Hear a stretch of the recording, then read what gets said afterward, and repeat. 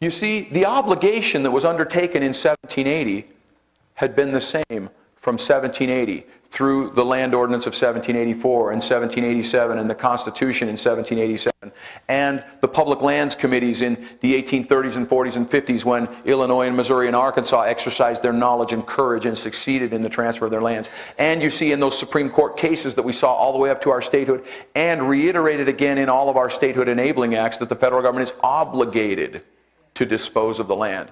And we understood that, and Congress understood that all the way up until 1976, when they said it's now our policy, our unilateral policy, to retain these lands in federal ownership. Never mind the solemn compact that formed the very basis of our nation in that perilous time of 1780.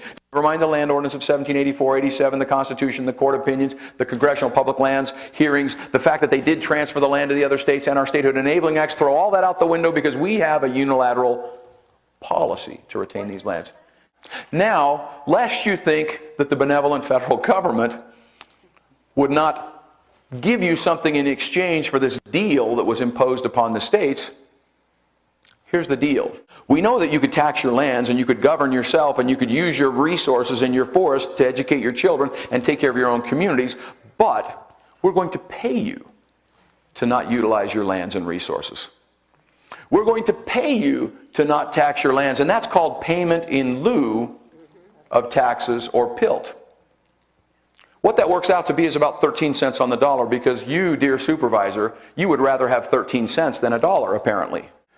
Also, we're going to pay you to not use your forest resources because we would rather allow the trees to build up and manage them for maximum combustion, and we would rather that you not govern yourselves and generate jobs and generate the tax revenue and the multiplier effect and the satisfaction of governing yourself. We'll pay you. Now that's called secure rural schools. Now, PILT was created in 1976 by Congress because we changed our federal land policy from one that was focused on disposal to one that was focused on retention.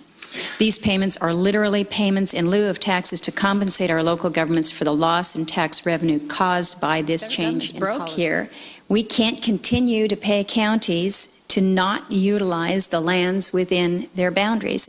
Federal government is broke. By every objective measure, we know that. The American Institute of CPAs, our Utah Association of CPAs, they're now coming out and in their words, pulling the financial fire alarm that it's just a matter of math. This isn't Republicans and Democrats. This is a math problem now. But do you see what you said? We can't afford to keep paying counties to not utilize their lands and resources. We can't afford to do that. And so we need to open up access to these lands, or, she says, we need to divest the lands and let the states and the counties manage them. Well, amen.